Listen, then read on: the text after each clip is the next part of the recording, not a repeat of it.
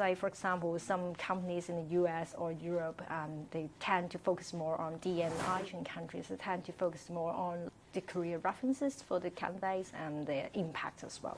How are financial services firms reacting to the growing importance of employer branding? Welcome to today's Talent Conversation. I'm pleased to be welcoming Mony Yip. So Mony, please tell us a bit about yourself and your role in supporting businesses within financial services on their employer branding. Hi, I'm Mony, and I'm a brand and digital consultant at Cielo there. And we're a global and talent acquisition partner around the world. And my role there is to help our clients to craft some develop some employer branding solutions for them. And so this is my role there. Brilliant. Thank you. So how are financial services firms reacting to the growing importance of employer branding? I think employer branding has been a very popular topic these days around the world, and especially in recruitment these years. And it's especially very happy to see more and more companies are really taking into their role on crafting their employer branding. And I observed that there are 3 stages that these companies are taking their actions on employer branding. The first is about the awareness of having a strong employer brand.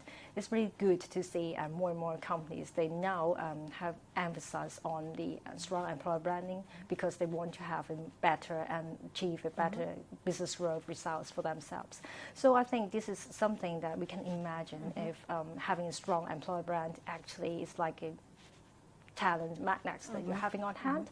So once you have it, and then you can start to craft into more better, and then to drive more, even more better talents to your companies, and you can deliver a better and personalized candidate experience for them. And so this is something about crafting and understanding the awareness of the importance of the employer branding. And second, when it comes to after having this awareness of employer branding, some companies are very good, and then they can take into the next step into even doing more. For example, they will start to think about doing something like crafting their EVP, their employee value propositions.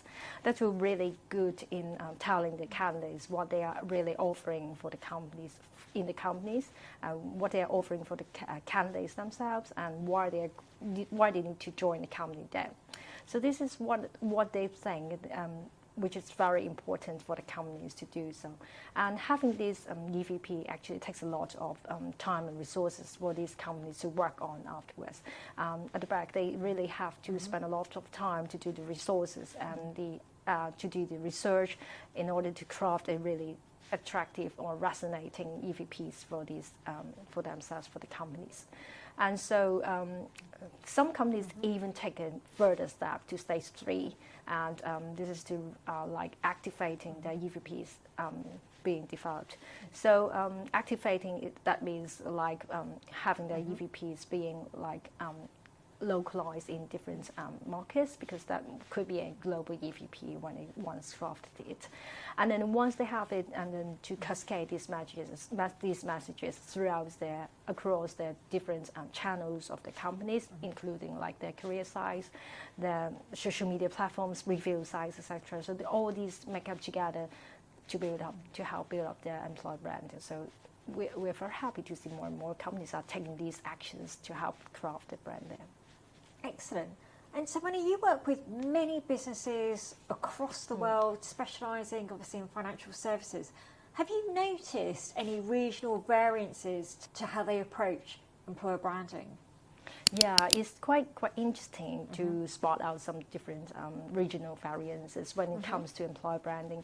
Some, I would say, for example, some companies in the US or Europe, they tend to focus more on D&I, like diversity, inclusion, and equity as well, and also well-being when it comes to crafting their employer branding solutions.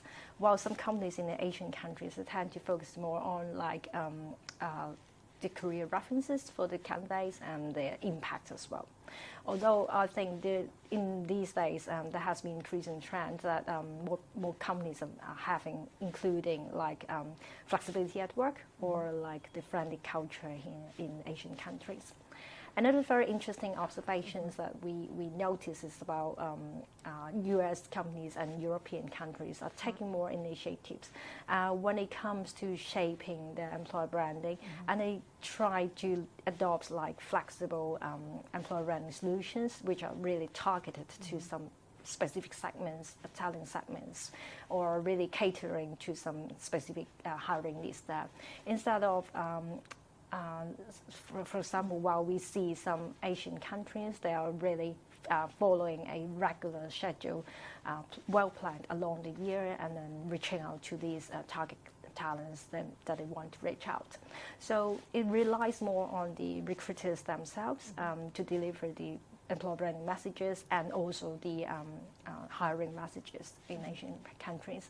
While at the back, when you can see in European or US countries, they focus more on having like a comprehensive multi-channel campaigns that will include more like targeted ads, like outdoor advertising, and very all-round one like sponsorship, branding, like events, etc. So all these add together is quite interesting to see different places have the different adaptations and for employer brand building themselves.